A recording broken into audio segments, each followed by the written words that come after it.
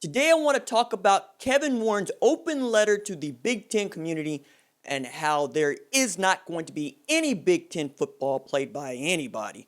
And all that's coming up after the bumper. Don't be cornering me. Hold up. Time. You gotta help me with that corner shit.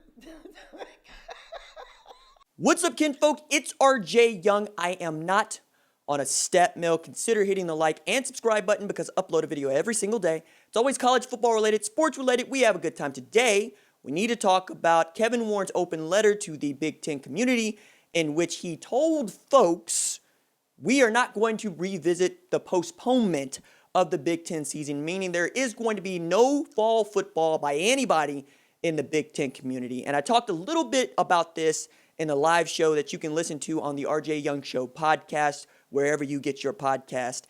And I talked about Jeff Snook's plan, which, we'll talk about to some degree, but I don't see a way forward here.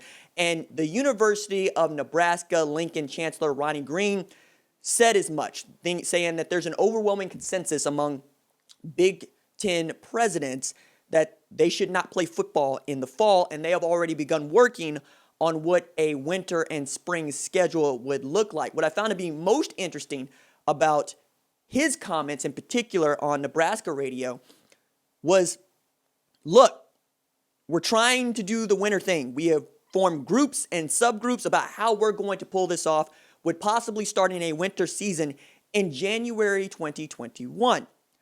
That throws into question so many other things, not the least of which is, what is your eligibility situation going to look like moving forward? What do you do with NFL draft eligible players, which I want to revisit here in just a second. But to the question of how are you going to keep the kids safe? What do you expect to have changed between now and January 21? Because I don't see a whole lot. The saliva direct test is one thing, right? Which could be ready to go in as quickly as a month, right? But you're not going to have a vaccine, which would make me feel better and make a number of other people feel better. And you're also not necessarily going to have kids on campus. Now, the Big Ten is also sparing themselves the chaos and the legal ramifications of what the ACC, the Big 12, and the SEC are choosing to go ahead with, in that they're not going to have, I can't imagine most of these places are going to have students on campus. We've already seen UNC, Notre Dame, Michigan State saying we're going to remote instruction only, but the student athletes can stay on campus. Now you are making a clear distinction between football players and others and your student body, when your entire model has been built on student comes first. They are like everybody else. They just get to play football. That's going to go out the window, and that's going to be a problem for the SEC, ACC, and Big 12 in the future. The Big 10, the Pac-12, are not going to see such an issue, and that's another reason as to why people believe that the season has been postponed until the winter or even the spring, because they don't want to deal with player organization. And I understand, if you are in a position of power, why you would want to try to continue to kick this can down the road.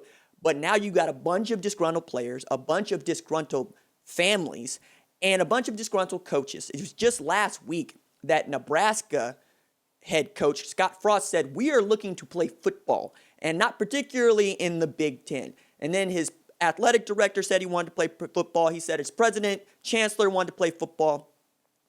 He don't want to play football.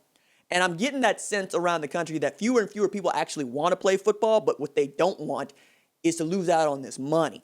Because at a place like the University of Oklahoma, you're going to bring in between $42 and $45 million in a normal season just from television revenue.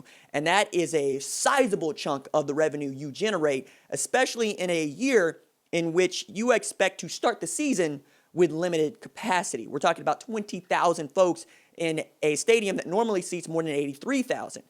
As for Ohio State, Nebraska, Penn State, others, Michigan, I really think that this is going to be a bad look for some and could end up being a great look for others. Now, how I get there is Nick Saban had this to say about a spring season. How am I going to get my draft eligible players to sit through that and to play through that? I can't. And when I talked to Shaun Wade's dad, Randy, about this, he said, no, he's not playing in the spring. You kidding? No, he's a first-round draft pick selection right now. Why would he risk that to play football in the spring? And that's where I'm at. So you're looking at sort of a junior varsity season where you're going to see a bunch of underclassmen play, which is fun, but you're not going to see the crown jewels of college football play. Justin Fields, Trevor Lawrence, if ACC has to postpone or doesn't move forward. You're not going to see a whole bunch of players. And the eligibility issue in that, are your seniors just going to not count against your scholarship limit if they want to come back, which could be conceivable. Would they be fair to the rest of the fall sports that decided to play? Are they going to be able to keep kids around for a sixth year if such a thing were to happen? All of these things need to be sorted out, and that's what the cluster is. And I don't see how you're going to get around this as a issue, because if Oklahoma goes 10-0 and then wins the national championship, and you tell them that they can bring back their seniors, people are going to be pissed, right? And I get that. I understand that. If you're going to try to treat this year like a wash for everybody, then everybody doesn't play. If you're going to try to pick and choose it, then you're going to create more of a power imbalance. Even before we get to the conversation around what Lane Kiffin had said about, I believe those kids in the Big Ten and the Pac-12 should be able to transfer to other schools. To say nothing of the FCS conferences and the Group of Five conferences, we now have more conferences that have decided to cancel fall football than conferences that are going to play it.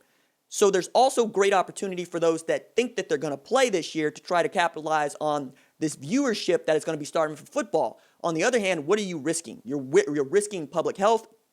You're also risking being made a fool of. And I think the second one is going to outweigh the first one for many, because that's how people move and shake. They worry about their reputations before they worry about the outcomes of their choices in this way. And Kevin Warren is doing a great job of stealing his backbone on this one, in that he's decided to just come out and tell y'all straight up, I'm not going to revisit this, and neither are the presidents. And I think this could be what we remember Kevin Warren for forever, right? And I don't necessarily think that the conversation around him and Jim Delaney is fair. I don't. I think that Kevin Warren is in year 2 of this job, but if this was Jim Delaney, we would be questioning him as well, right? I don't think that Jim Delaney would have done this differently. I think that Jim Delaney's a smart man in the same way that many of these folks are smart men. But I also think that he probably wouldn't have stuck his foot in his mouth in the way that guys like Athletic Director of Notre Dame, Jack Swarbrick, did, or other conference commissioners when they were saying, look, if we don't have students on campus, we're not going to play football. Well, Notre Dame just went remote only, and they're not going to have students on campus, and y'all are still planning to play football. And you joined a conference to do it, just to prove how much football means to the Fighting Irish. Going to continue to watch this, but I wanted to talk about this at the top of the day to start the day's segments of videos. Remember, subscribe to the RJ Young Show podcast on wherever you get your podcast. We do the live shows twice a week, and I'm enjoying them. If you enjoy them, let me know in the comments below. And we're going to come up with some gimmicks. We're going to come up with some segments. And we're going to come up with some poll choices. We're going to have some fun here in the coming weeks and months. And I get to tell you guys some good news here in just a few days. All right, that's it for me. Deuces.